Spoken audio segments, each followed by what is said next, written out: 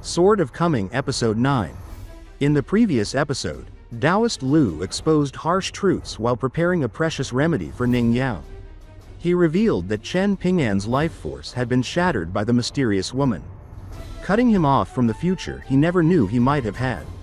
Yet Chen Ping'an stayed unnervingly calm, pushing Taoist Lu to scold him like a stubborn child refusing to value his own life. Before leaving town, the Taoist granted him 2 fateful instructions: to seek out the mysterious Ruan father and daughter, and to visit the Southern Creek often, where fortune and danger quietly intertwined. When pressed about the 3rd instruction, he only hinted that Chen Ping'an already knew it in his heart. At the end of the previous episode, Taoist Lu departed through the town gate, glancing back to see Chen Ping'an standing at the alley entrance, smiling brightly as he waved, looking nothing like someone whose fate had been sealed. What will happen next? Stay tuned. And the story continues. Meanwhile, Fu Nanhua of Old Dragon City was still seated across from Song Jixin, carefully holding the small teapot with the mandrel inscription on the bottom in both hands. He inspected it with an intensity that made it seem as though he were admiring a priceless beauty rather than an artifact. Every curve of the teapot, every line of its design, received his full attention. He occasionally blew on it and rubbed it with his sleeve, as if by doing so he could somehow feel its essence. For nearly an hour, he remained engrossed, unable to bear the thought of putting it down. To him, this teapot was not just an object, it was a treasure. A rare discovery that stirred his deepest passion. Song Jixin, meanwhile, yawned lazily and leaned back in his chair, shifting to a more relaxed posture. "Brother Fu," he said with a faint grin, "now that you've confirmed the authenticity of the teapot, isn't it time we discuss the price?" Hearing this, Fu Nanhua's brow creased slightly. Being referred to so casually as "brother" was unusual in these formal exchanges. Yet he suppressed any vexation. Setting down the teapot, he smiled and spoke carefully, almost reverently. "Brother Song, you must see my sincerity. From the beginning, I revealed the true value of this teapot and never hid my fondness for it. My intention is to avoid a heated bargaining process that would waste time and harm the bond between us. I already consider you a close confidant in my journey of cultivation. Taking this first step together, I could one day entrust my life to you." Song Jixin shrugged, a playful smile crossing his face, though his tone carried weight. "Brother Fu, I am a very materialistic man. I value friendship, but if someone talks to me about brotherly bonds while discussing a transaction, I cannot help but doubt their sincerity. How do I know, in the future, that they are not thinking about swindling me?" A cold flash crossed Fu Nanhua's eyes, and he tapped his finger on the table, a subtle warning. But Song Jixin remained oblivious and continued, "Calling you Brother Fu and showing you this teapot should already reflect my sincerity. Both of us want this deal, so let us not waste time. You give me a price. I have 2 chances to agree or refuse. If I refuse both times, the deal ends, and no amount of silver or gold afterward will change my mind." Fu Nanhua's face softened again as he introduced his first offer. He placed a small embroidered pouch on the table and spoke seriously. "This jade pendant I gave you as a gift for first meetings. Brother Song, it is known as an old dragon rainbringer. Not particularly powerful, it can clear the mind, cleanse the organs, and cool the wearer during meditation. Additionally, these offering coins are made from gold essence, far rarer than regular gold. While perhaps not enough to fully compensate for the teapot, it is certainly a fair offering." Song Jixin blinked in disbelief. "That's it?" he asked. "That's it," Fu Nanhua confirmed with a wry smile. Song Jixin's reaction was immediate. He slammed his hand onto the table, his voice rising in fury. "Do you take me for a fool? Do I look like a child to be swindled? Each pouch should contain no fewer than 20 copper coins. Yet this pouch barely has 12. How dare you speak of sincerity when this is daylight robbery?" Fu Nanhua's finger tapping grew heavier, each stroke a measured pressure that seemed almost alive. Song Jixin gasped, his heart racing, face turning crimson, and eyes bloodshot. He pressed a hand to his chest, feeling his pulse hammering like a drum. The tapping slowed slightly, And Song Jixin's breath returned, though he was still tense and wary. Since the first price has been rejected, Fu Nanhua said, offering a calm smile, I will give a second price, 24 gold essence offering coins for the mandrel teapot. Your answer? Song Jixin hesitated, sweat streaming down his face. Struggling to respond, Fu Nanhua's patience and control were intimidating. Yet for all his fear, Song Jixin's mind was sharp, plotting the next move. Finally, Song Jixin raised 2 conditions. If Fu Nanhua agreed, he would not only purchase the teapot but also reveal another item of equal value. The first condition was simple, 3 pouches of gold essence coins. Not 2. Without hesitation, Fu Nanhua agreed, his calm demeanor unshaken. The second condition, however, was shocking. Song Jixin demanded that Fu Nanhua kill someone for him. Fu Nanhua shook his head with a light smile. You understand the rules of this town. Outsiders cannot kill as they please. There would be consequences, perhaps severe, affecting not only myself but my clan and my future opportunities in cultivation. Song Jixin did not press further but smiled faintly, leaving the threat in the air. Fu Nanhua, meanwhile, returned to the teapot, stroking its surface with casual authority, and said, Then I shall wait and see. While this negotiation unfolded, Cai Jinjian had been taken to Ji Kan's residence by Ji Gui. After the maid left to visit the shops on Apricot Blossom Alley, Cai Jinjian entered the courtyard, stopping in her tracks at the sight of an old man seated on a bench. Her voice trembled as she asked if he was the river-severing true lord of Lake Shujian. The old man regarded her calmly, asking how she knew of him. She explained that 10 years ago, accompanying her father to Lake Shujian, she had seen him from afar, a memory still vivid in her mind. The old man allowed her presence, warning her to close the gate behind her when leaving. She complied, moving with quiet care, respectful yet uneasy. Inside, Ji Kan's mother expressed concern to the river-severing true lord. He dismissed her worries with a scoffing remark, even small actions could bring trouble in this place. And fear would prevent any progress.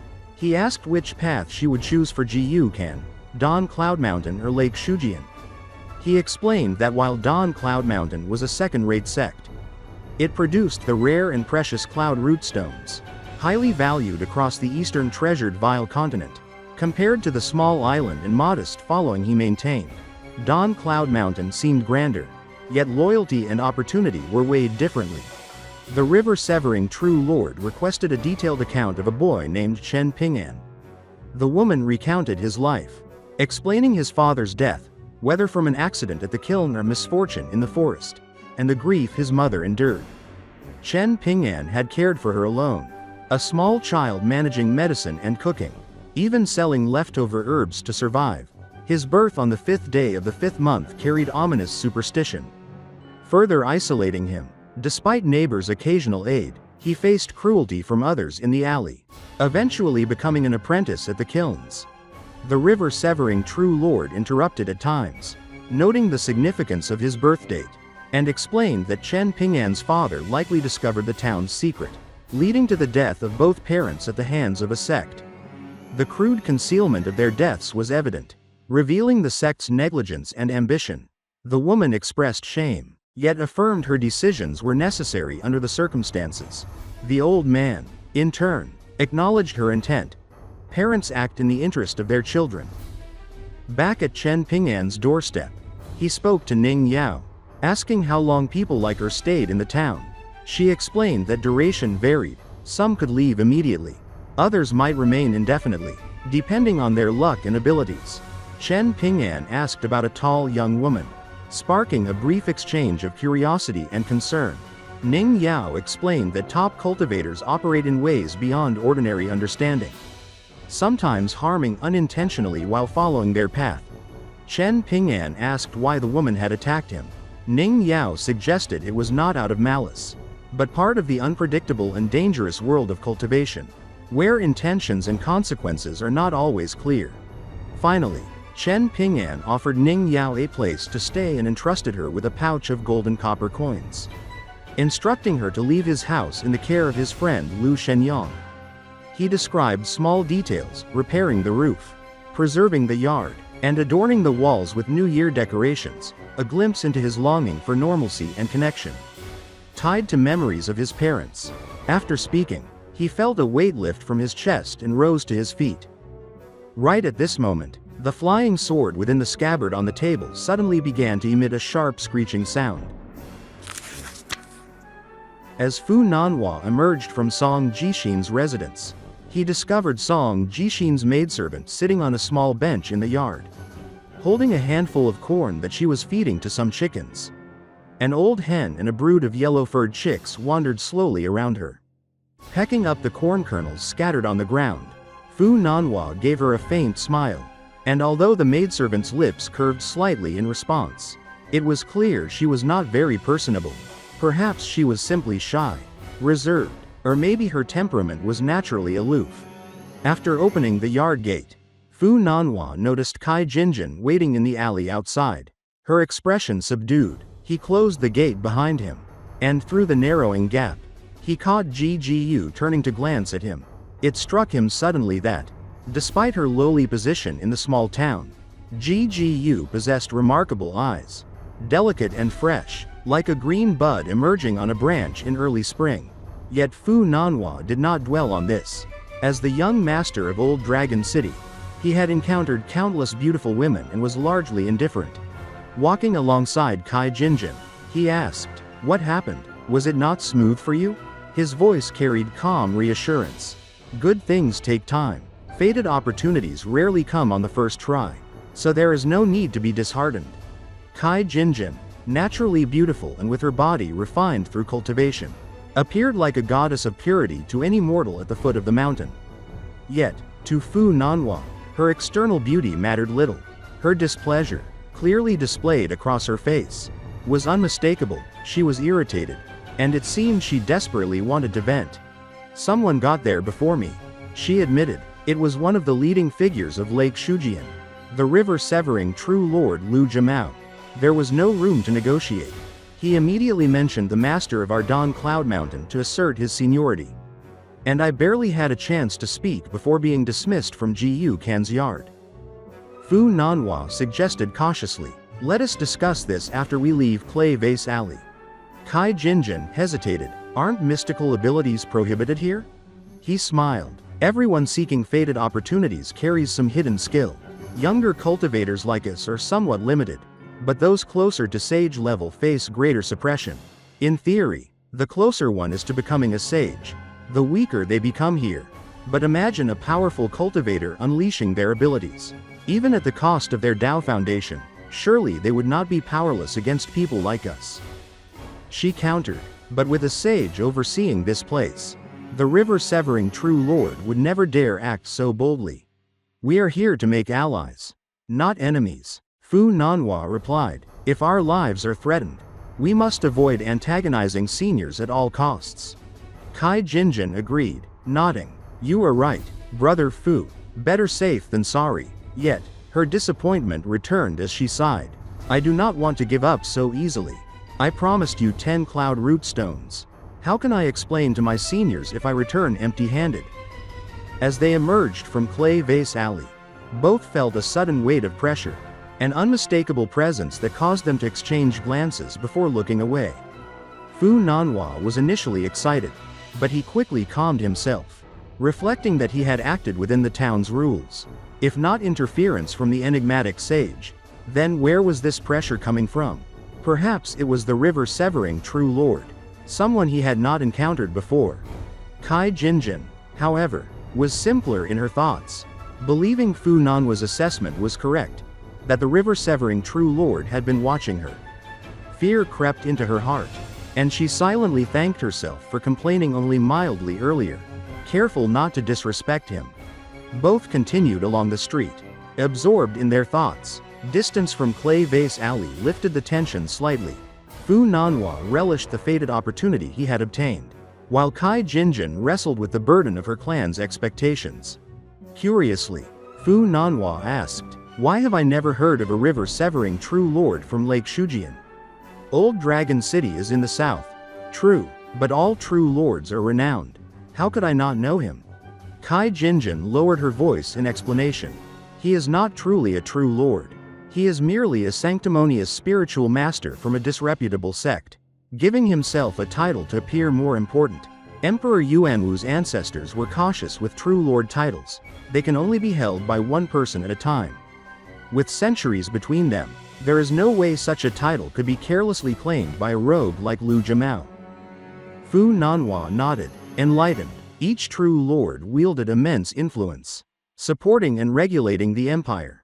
And the Taoist true lords were prominent figures in various domains, from military command to scholarly authority. Cai Jinjian asked casually about Song Jixin. He replied, "That boy is ambitious, intelligent, and well supported. His horizons, not exactly narrow, but not yet vast enough," he added with a chuckle.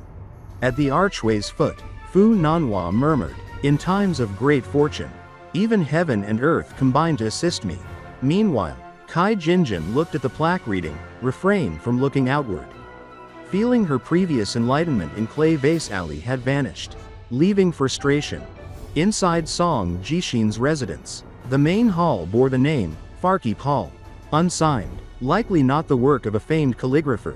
Song Jixin and Ji Gui were present. Song Jixin searching for something while Ji Gui stood by the entrance. She asked gently if the meeting had gone poorly. Song Jixin set down bells, sat casually, and observed. Fu Nanhua is not a complete fool. From the start, he knew better than to underestimate me. But he is not all that clever either. He tried to be friendly to manipulate me. But one small bluff revealed his true colors. Compared with Mr. Qi, he is 10,000 miles behind. Ji Gui objected to the exaggeration, and Song Jixin corrected himself with a laugh. He tossed her a pouch of copper coins. Mentioning that Chen Ping'an also had a pouch, he cautioned against rushing to take Chen Ping'an's coins, noting Zhao Yun would be easier to swindle. Ji Gui's curiosity about more coins was met with promises but no detailed explanation. Outside, she saw the four-legged snake basking in sunlight, and in anger, stomped on its head, sending it scrambling. Of the 5 elements, metal, wood, water, fire, earth, 3 had already emerged: the snake of earth, the golden carp caught by the fisherman, and the black catfish in Ji Kan's water vat. Ji Gui mocked the snake as foolish. At Ji Kan's house, his mother sat with the river-severing true lord, who inspected his palm with a serious expression. He explained to her the fateful stages for children, ages 6 and 16 for girls, 9 and 18 for boys. The first step must be achieved alone. The second may receive help. And the wealthier the family, the greater the advantage. He reassured her that Ji Kan, though not yet 9, was experiencing a rare blessing, a peak of energy, essence, and spirit, surpassing other children once deemed gifted. Ji Kan, restless, tried to escape. The river-severing true lord, carrying a large white bowl, used a subtle technique, and Ji Kan found himself standing on the edge of a cliff, overlooking a vast sea of clouds. In the distance, a colossal torso moved through the mist, an infinitely enlarged version of the small catfish from his water vat. Fear turned to awe, and he beckoned to the enormous creature, astonished by its growth. The river-severing true lord observed silently, experiencing envy and satisfaction simultaneously, recognizing the rarity of such a disciple. Finally, back at home, Chen Ping'an told Ning Yao he was going out, concealing something in his hand. Shortly after, Ning Yao noticed an old clay pot in a corner and, with her exceptional hearing, realized that Chen Ping'an was hiding a shard of porcelain, razor sharp and dangerous. In this episode, we saw Fu Nanhua secure a fated opportunity and navigate the complexities of Clay Vase Alley, while Cai Jinjian faced the challenge of competing with a self-proclaimed river-severing true lord. We witnessed the interplay of ambition, caution, and hidden power, as the river-severing true lord subtly manipulated events, shaping the fates of both Ji Kan and those around him. Chen Ping'an's cautious actions and Ning Yao's sharp perception added layers of intrigue, highlighting how even small details can shift the course of destiny. What happens next? Stay tuned for the next episode of Sword of Coming. If you enjoyed this episode or found it exciting, Don't forget to like the video and subscribe to the channel to get the latest updates on Chen Ping'an's journey. Thank you for watching, and we will see you in the next episode.